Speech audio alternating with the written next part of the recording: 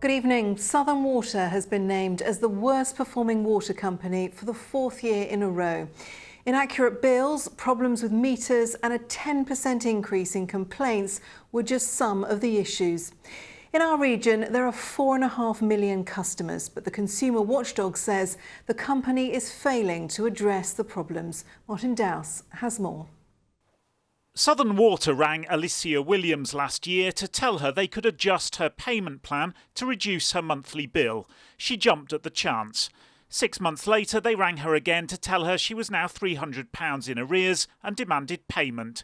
She instantly became one of the increasing number of Southern customers unhappy with the company's practices.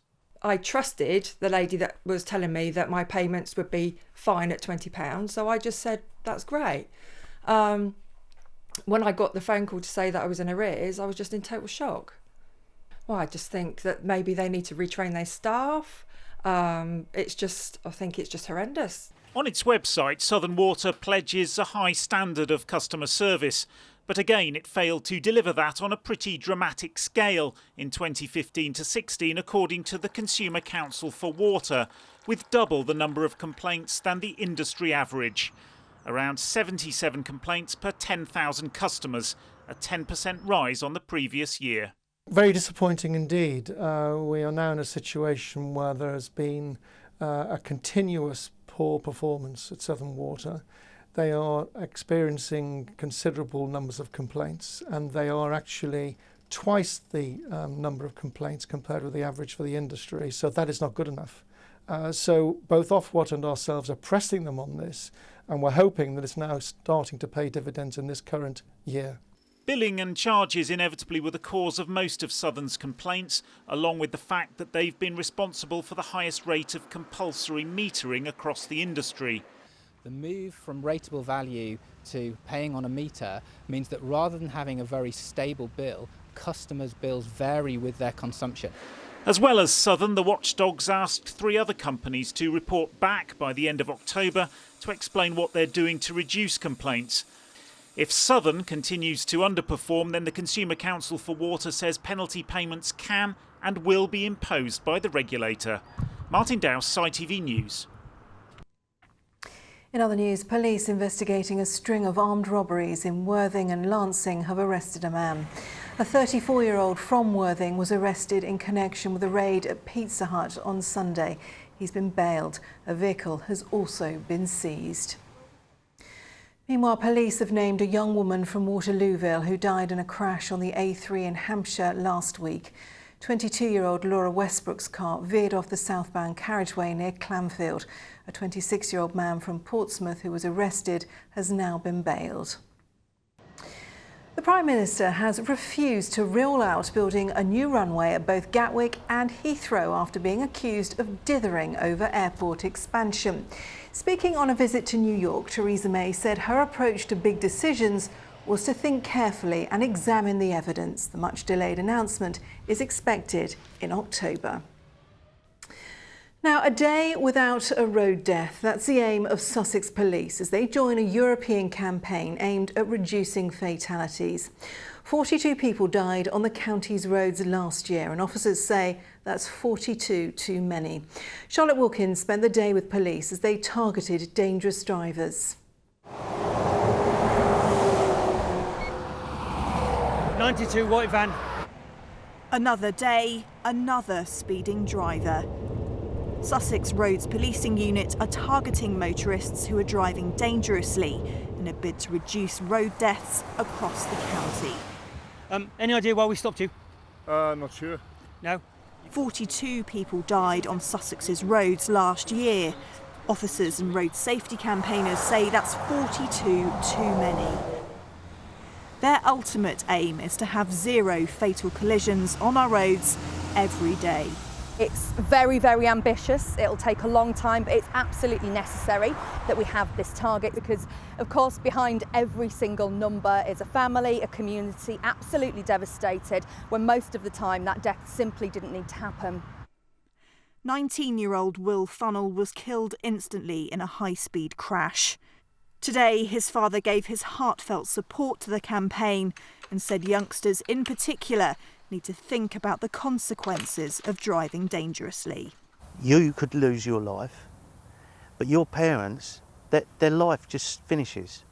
It is the worst thing that I've ever had to go through. And I know it's terrible losing a spouse, it's terrible losing your mother and father, but I can tell you now, it's nothing like losing a child. The main causes of serious and fatal crashes on our roads are speeding, drink and drug driving, people using their mobile phones, and drivers simply not wearing their seatbelts. But the message to the public is that everybody that is on a road, whether cycling, walking or driving, is at risk, and they need to be much more conscious about the behaviour that they're exhibiting and the way they're behaving on the road. While the police work throughout the year to raise awareness, they say by working together with other road users, everyone can help reduce the number of people who die needlessly on our roads. Charlotte Wilkins, ITV News, Hanncross.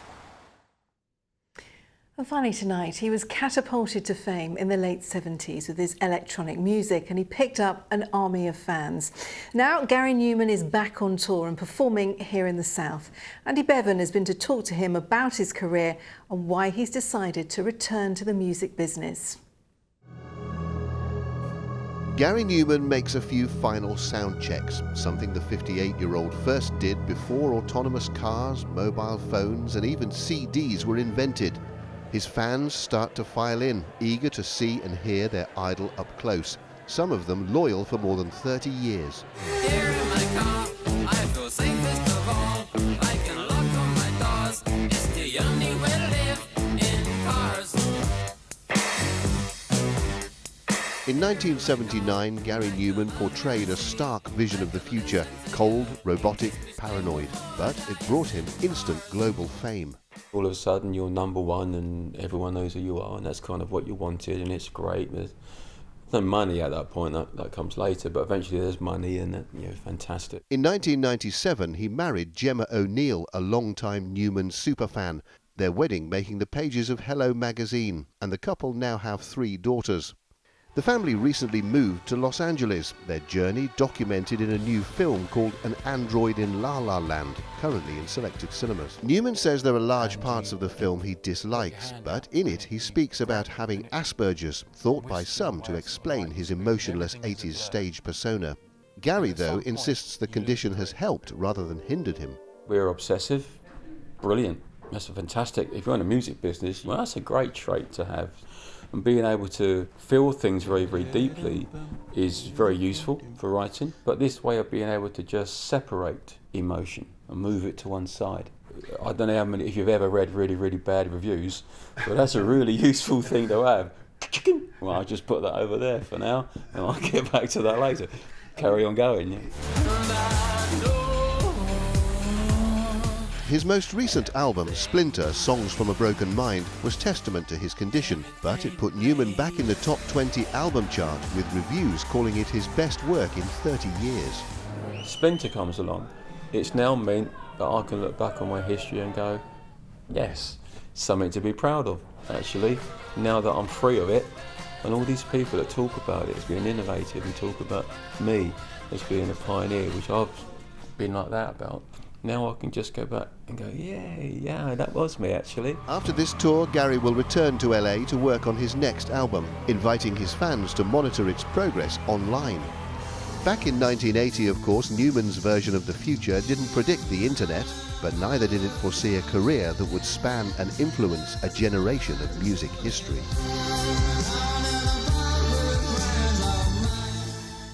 Looking great, isn't he? And there's more details about where he's performing on our website. Just go to itv.com/Meridian. Now, what's happening on the weather front with all the details tonight? Here is James Wright.